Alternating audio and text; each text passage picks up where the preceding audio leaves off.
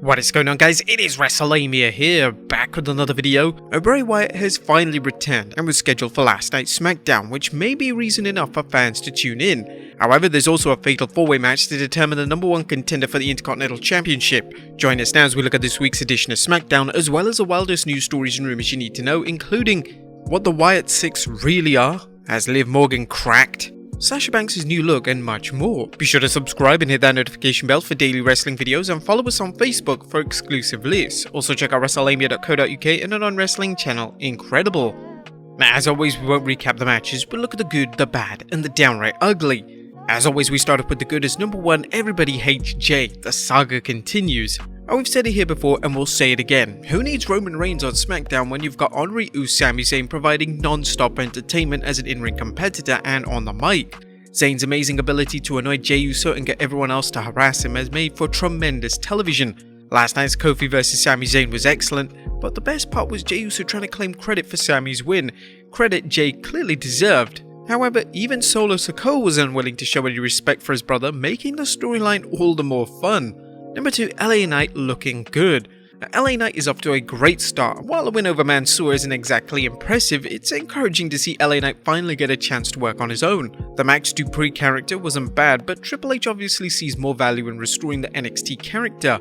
As we discussed after Knight ditched his Dupree gimmick, this is likely bad news for Mansoor and Mace, who have finally received a decent gimmick and all that important TV time. Number 3, Car Wars with Karrion Kross.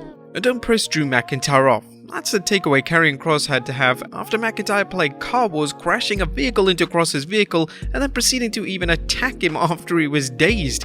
McIntyre's rage was obvious, and who can blame him after Scarlett robbed him of a win over Kross at Extreme Rules. While the Scottish Warrior has always been a badass, he showed a violent side that fans haven't seen since his days as a Scottish psychopath.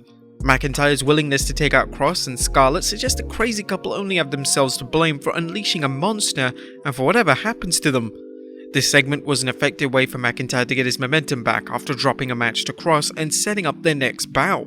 Number 4, a slow build. A Braun Strowman squash match may have seemed meaningless. It was another step on the road to what should be a riot between Omos and Braun Strowman.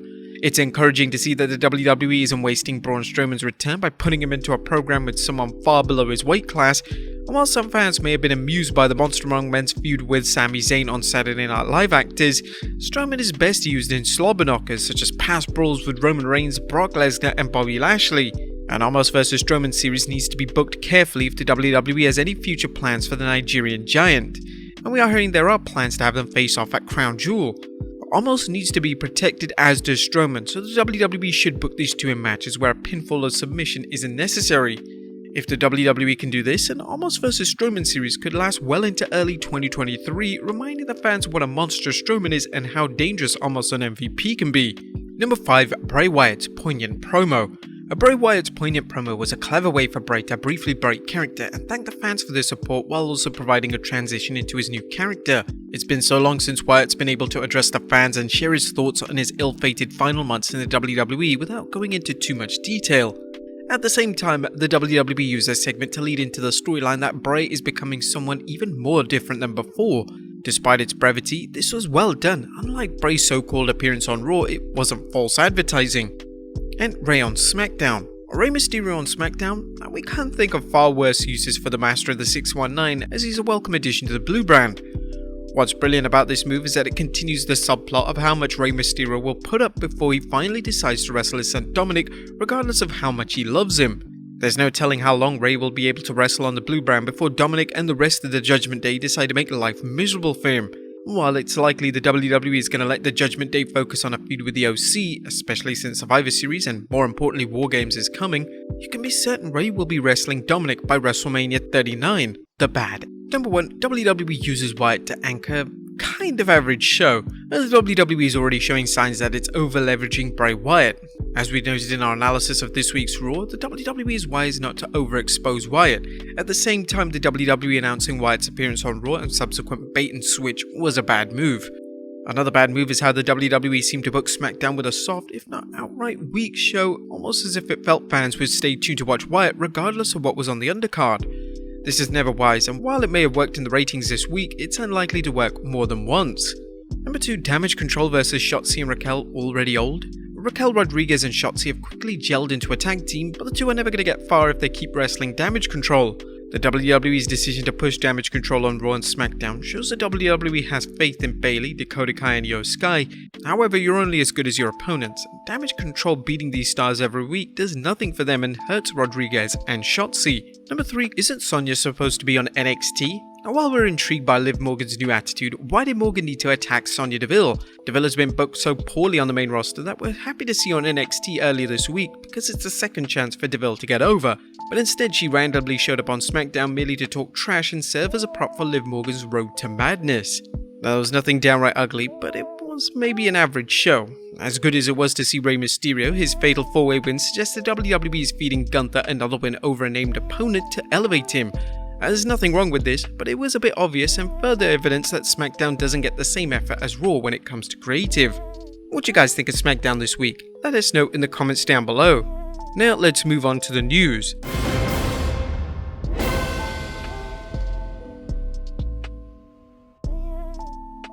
Our top story looks at who the Wyatt6 really are. Bray Wyatt made his grand return to SmackDown last night, and he cut an acclaimed promo where Wyatt let the fans see a side of him previously alien to the majority of the fanbase. Wyatt was then interrupted by another figure wearing the sinister mask from Extreme Rules, so it appears that we're dealing with a Wyatt with multiple personalities. The fan speculation is rampant surrounding the Wyatt6 and who the possible members are, but it's now being speculated and rumoured that the Wyatt6 are all 6 of Wyatt's different characters and personalities. Wyndham Rotunda, Uncle Howdy featuring the brand new mask, Eater of the World's Bray, Firefly Funhouse Bray, The Fiend, and Husky Harris. This would definitely be an interesting approach for WWE to take, and if it's executed well, it could be something truly special and unique. Next up, the Kingdom are all elite. Was a big surprise appearance in AEW and big news for fans wondering where Maria Kanellis, Mike Bennett and Mike Taven would end up after exiting Impact. The question was answered on this week's Rampage when the trio attacked the Pinnacle's FTR and Shawn Spears after the Pinnacle's trios win over the Embassy's Brian Cage and Gates of Agony. Kanellis and company played on their history in Ring of Honor as the faction The Kingdom, reminding fans that they were Ring of Honor Tag Team Champions and IWGP Tag Team Champions before the FTR were. Now, there were rumours that Triple H was interested in signing one or more of the group, with Kanellis, Bennett and Taven reverting to their Ring of Honor name. It raises the question whether Tony Khan's plans for a Ring of Honor weekly TV series is coming closer to fruition.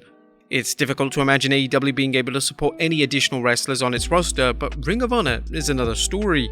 Next up, has Liv Morgan gone bonkers? It looks like Liv Morgan is definitely taking the fast lane into crazy mode. Not only did the former SmackDown Women's Champion ambush Sonya Deville on SmackDown and deliver a senton to Deville off the platform, Liv tweeted a maniacal laugh. Some fans feel Morgan is likely to play one of Bray Wyatt's Firefly Funhouse characters, but whatever happens, Liv's descent into disturbing behaviour could help her bounce back from a failed World Championship run.